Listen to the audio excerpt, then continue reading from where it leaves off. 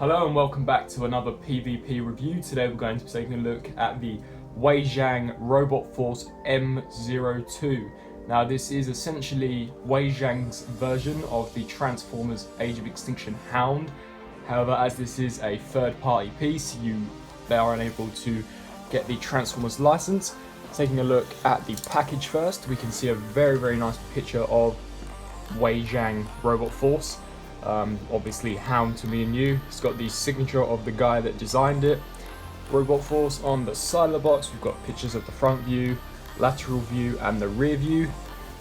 On the back of the box it shows you all the accessories that this guy comes with, as well as what he looks like in both robot mode and vehicle mode. Also shows you some of the additional accessories that the original Hasbro one never come with.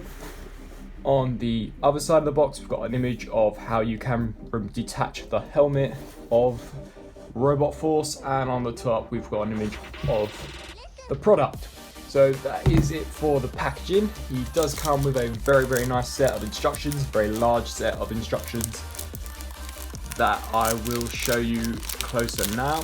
They are made out of a very nice material. It's not a paper, it's more like a poster.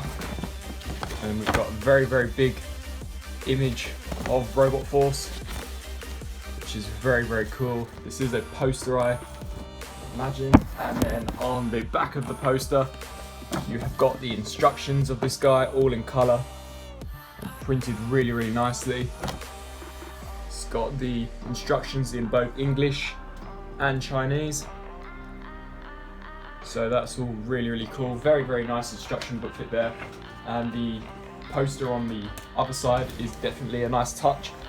Bringing in this guy, we can see that he is a marked improvement over the original Age of Extinction Hasbro version. Bringing in the head sculpt, it is a dead ringer for Hound. You can even see he's actually got the bullet cigar, which is removable. However, it's very small. There are some very nice details. It's too small for my camera to pick up on, but it does just plug back into his mouth.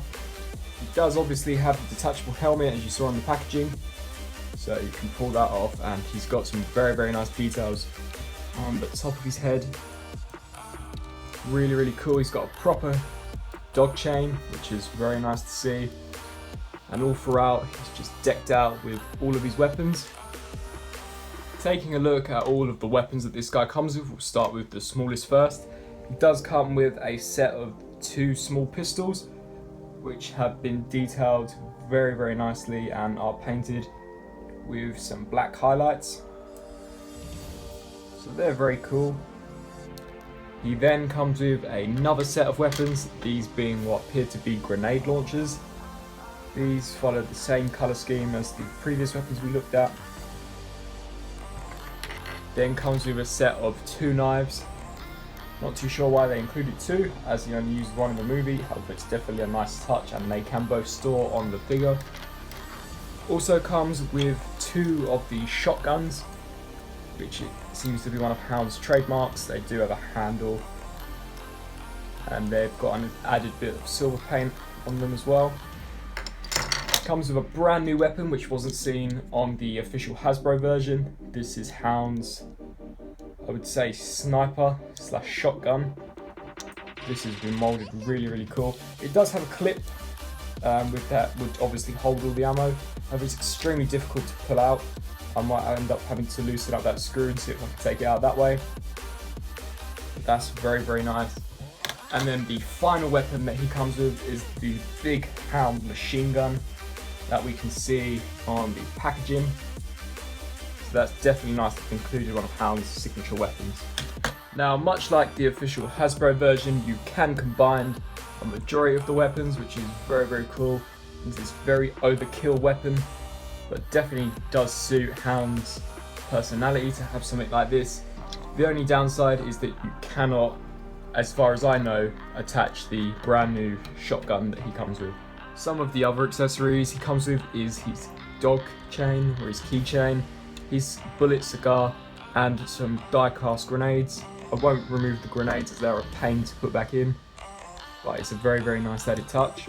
Turning to details, as you can see, we've got a very nicely sculpted in head. with a few paint applications. Would have been nice to have seen some applied onto the beard, however it's not too bad. We've got this kind of camo army effect all throughout the robot, on the arms, on this pouch piece.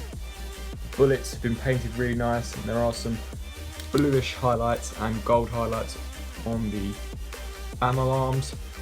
Hands are just moulded in a green plastic. On the legs of the figure we've got more of that army camo, and then obviously we've got the wheels that make up his vehicle mode that have been weathered to appear like he's been driving through the dust of the deserts. Turning him around, it's just more of the same really. So very, very nice. Turning to articulation, Hound's head is on a ball joint, so it can swivel left to right a fair amount, however the beard does hinder it, and it can look up that far and can tilt side to side. Very, very stiff. The arms can rotate 360 degrees, they can hinge out. There is a swivel just above the elbow. There is a above 90-degree bend at the elbow, and the wrists swivel too. You can also articulate fingers in order to put the weapons in. There is a waist articulation joint, which is very, very nice. The legs can kick forwards, kick back not that much, and hinge out to the sides.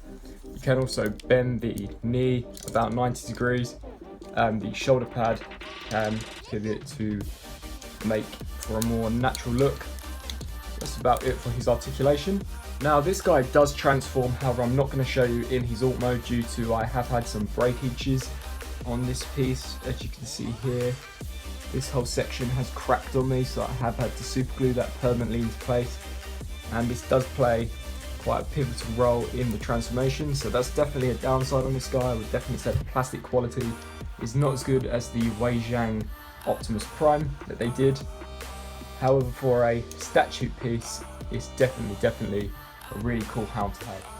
For a size comparison, here we have Wei Jiang Inspector next to the Masterpiece movie Bumblebee.